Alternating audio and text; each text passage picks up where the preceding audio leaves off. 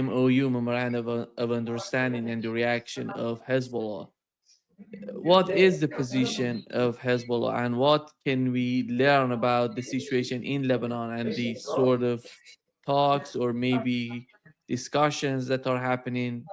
Because we know that we had we have two sides talking to each other, Iranians and Americans, and Hezbollah on the part of Iran, and it seems that Israel would be as part of the United States position. And Israel so far that said that they're not going to be part of it. They're not going to abide by any sort of agreement between the United States and Iran. And on the other hand, we have Hezbollah, which is close to the Iranian position. What can we learn from the Hezbollah's position about the MOU?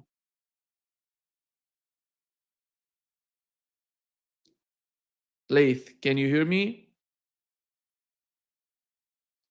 Yeah, it seems that we have some sort of problem with Laith connection. He's out, as as you're hearing that there is a lot of noise because he's in a public place. He's talking to us from outside. Yeah, let me just bring him up. Yeah.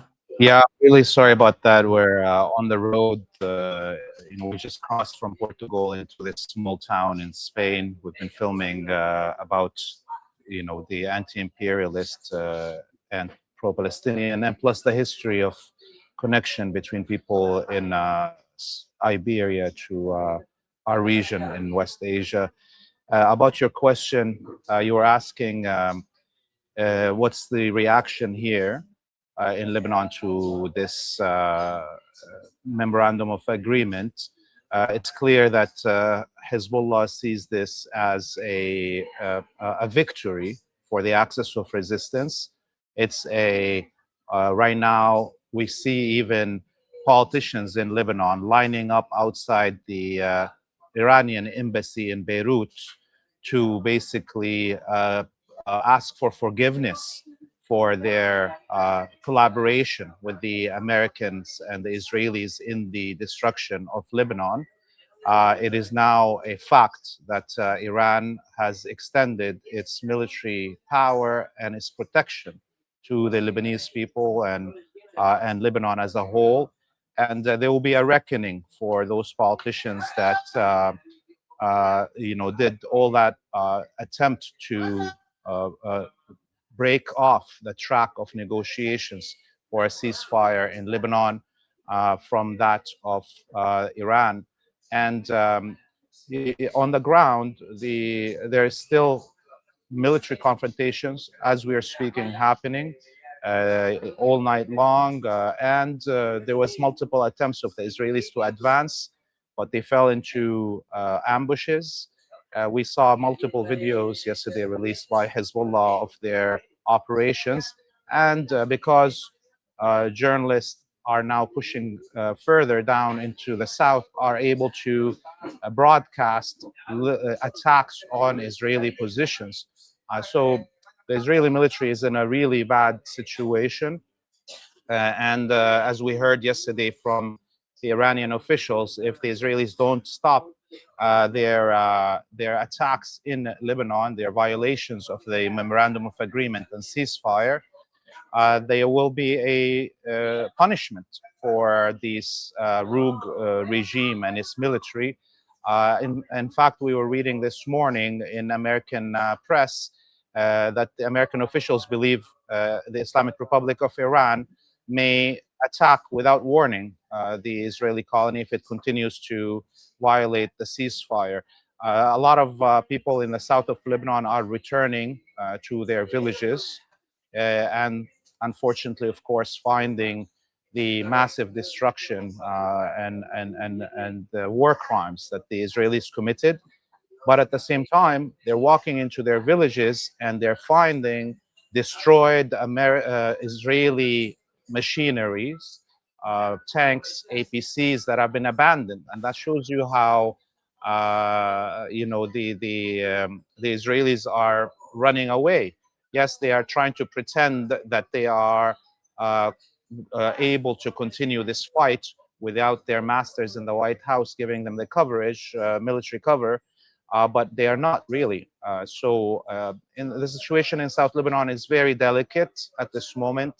The Israelis keep on firing from drones around people that are returning to their homes, but this cannot continue much further because everybody is expecting Iran to punish the Israelis if they continue with these violations of the memorandum of agreement between the two superpowers, Iran and the United States. What do we know about the level of destructions in some of these cities, for example, Tyre or Nabatea, Mayfadoun, or these parts of the southern part of Lebanon? Are they the same, something like 20%, 50%, 30%? What is the level of destruction in these cities? When we are talking about Tyre or Sur, this is a Sure. city that the Israelis, over the last 48 hours, purposefully concentrated some attacks on residential buildings. So this beautiful archaeological treasure and its resorts and buildings have been targeted heavily. We'd say around 20% of the city has been No. damaged or destroyed, which is a huge number. In terms of Nabatea, which is the main commercial hub in the center region of the south of Lebanon, they have I would say more like 10% because the attacks in the south of Lebanon around the Nabatea region have been concentrated on the villages outside Nabatea in the path between the Crusader fort of Beaufort and Nabatea city, which the Israelis for almost a month have been trying to push forward and have faced huge resistance, and much of their advancing troops and machinery have been destroyed in these attempts. Uh, we haven't been able to get further than those frontline villages around Nabatea, so we don't know what's beyond that. But looking at the videos that the Israelis kept on releasing over the last 3 months of them blowing up whole villages, it is expected when people go back to these second line villages in the south of Lebanon, they'll see total destruction. Also, we heard this morning the Israelis withdrew completely from Al Khiam. This is, the famous village where there was a torture center for the collaborationist Lahad army in the 1980s and 90s. That's a symbol, a signal. If they withdrew from Khiam, it means everything north of Khiam they have evacuated, and they are stationing themselves right on the border between the colonies and Khiam. So that's an indication again that they're trying to bring their troops into a gathering point before they put them on buses and bring the tanks on, take them on heavy lift machinery. So I think if in the next 24 hours we don't see a full stop. Actually, I think by nighttime coming, if the Israelis don't stop their attacks, there will be a retaliation from Iran. And anyways, Hezbollah is continuing their military operations, and they are now firing heavy salvos of missiles, not only those FPVs that we're seeing, on now the exposed positions of gathering Israeli soldiers. So the more the Israeli military, takes this time with withdrawing, the more casualties that they'll have and losses. And I think, in a way, I'm not.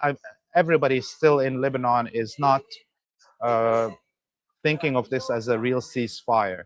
It's been many times that we saw how the Israelis violate ceasefires, and it seems like the Americans are either playing a game always with their words, or that they can't control this rabid dog. So we'll see what happens in the next 12 to 24 hours, but I think that will determine the actual reality of the ceasefire. Is that going to improve the situation in Lebanon between the various factions, different parties, or uh, you see the same thing happening? Because I'm talking about the MoU and the new sort of pressure on Israel to get out of Lebanon. Because the whole point, Iranian foreign minister yesterday said, without Lebanon, there would be no deal between Iran and the United States. That's the whole game. And we've learned from the Iranian military that IRGC, they said, if they attack, we're going to respond. These are new sort of pressures on Israel, and there is some sort of panic in Israel politically.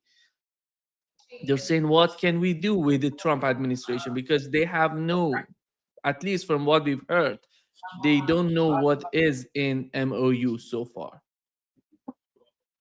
Yeah, look, this war and Iran's victory in this war have flipped the whole power dynamics in the region.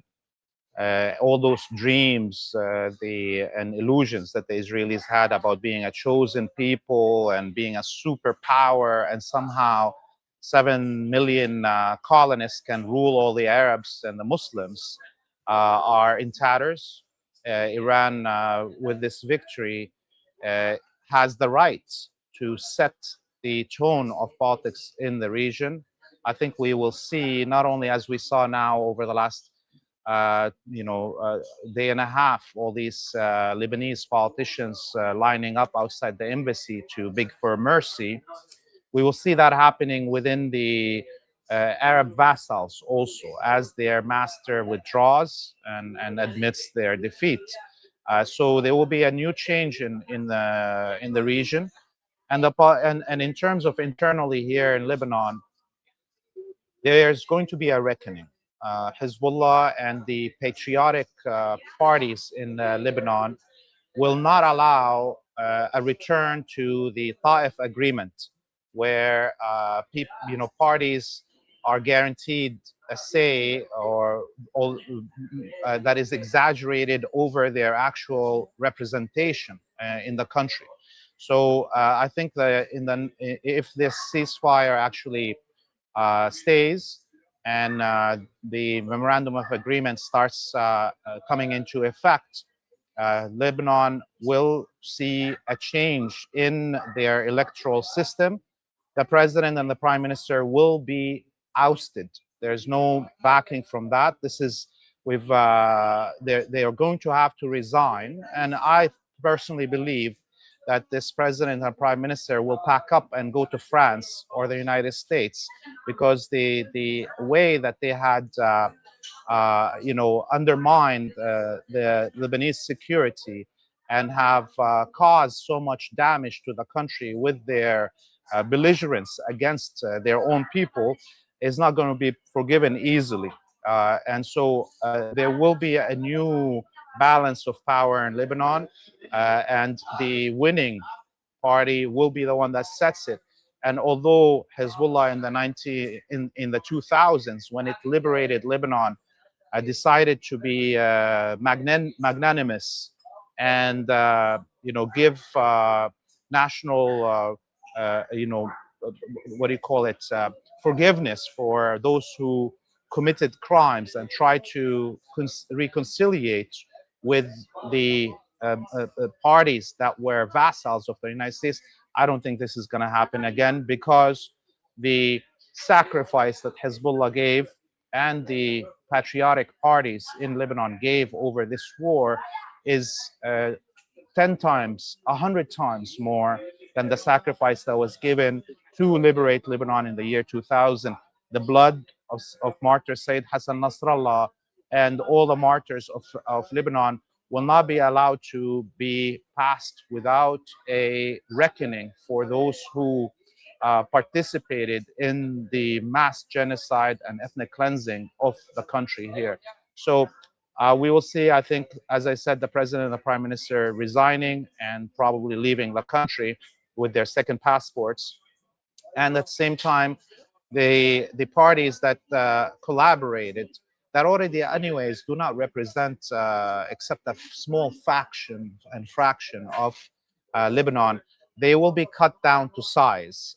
There will be a rearrangement of the electoral system where it will become representative of the real weight of people. And I think Lebanon has a chance to end the sectarian electoral system. And if people have a chance to vote according to their political belief, not according to their religious or sect belonging, we will see huge swaths of the Sunni and Christian and secular population voting for Hezbollah or a coalition that Hezbollah creates with the other patriotic movements. So the future is bright for Hezbollah and for Lebanon as a whole. But there will be a period where there will be a adjustment and a rearrangement of the political scene in Lebanon for these problems that we faced with emboldened collaborators that outright call for the killing of their own people. That's not going to be allowed to happen again. I think that's a serious point that you raised. One of them is double citizenship of these, prime minister and president of Lebanon. That should be part of the constitution in Lebanon. I don't know. Many countries consider that as part of the constitution, part of the law. You cannot have, some sort of, you know, connection with other countries than over your country. And when you have two passports, so you are the citizen of two countries, and that's hugely problematic. You can be ordinary people, and I think that's not going to cause any sort of problem. But when you are the prime minister or president of a country, you have to be just connected with that particular country, not any other country, not anyone on. I don't know what is. Is there any sort of discussion considering that? I think that will be definitely one of the top priorities because, as we know, all of the Western countries, you cannot run for parliament, you cannot run for president or prime minister positions if you have a dual citizenship. I remember a few years ago, one of the candidates for prime minister position in Canada had an American passport, and he had to revoke his citizenship openly and issue a statement that he had dropped his American citizenship in order to be eligible to run. And that's logical. You cannot have dual loyalties in such a position. Of course, regular citizens should be allowed to have as many passports and citizenship as they want to, but you cannot be in charge of the decision making in a country when there's a question about which country are you loyal to more. And we've seen this, of course, the issue of loyalty come up now specifically for the West with all those dual citizen Israelis that are, infiltrated in the positions of power in the countries and or in positions of control of media or banking or military industries. So the questions that will have to be dealt with here in Lebanon in terms of changes in constitution and electoral regulations is the issue of uh, um, representation. How do you elect? It's now for now you're forced to vote for somebody within your religious sect, and there's preserved seats for religious sects in Lebanon that are also not representative of their weight. Iran has reserved seats for people from different religions, but those numbers of seats actually represent the number of citizens from that sect. In Lebanon, it's not like that. There's reserved seats that are set on the census from 1942, when half of the population was Christian. Today, almost half of the population is Shia, and the Shia have around 20-25% only of the seats reserved for them in the parliament. So one way to deal with that is to make sure that people can vote whichever way they feel like voting. And Lebanon, as a multi-faith, multi-ethnic nation, has always been able to protect and be inclusive This is why it's loved by everybody around the world, looked at as a place where people can be who they want to. So there will be a change in the electoral process, representation, and of course there has to be guarantees that people don't have dual loyalties through those dual citizenship if they want to run for the parliament and the prime minister or president positions. Uh, it's not going to be an easy conversation, but it has to be dealt with. And Lebanon cannot go into another war, let's say, or deal with its neighbors as long as there's not correct representation of the people and their opinions.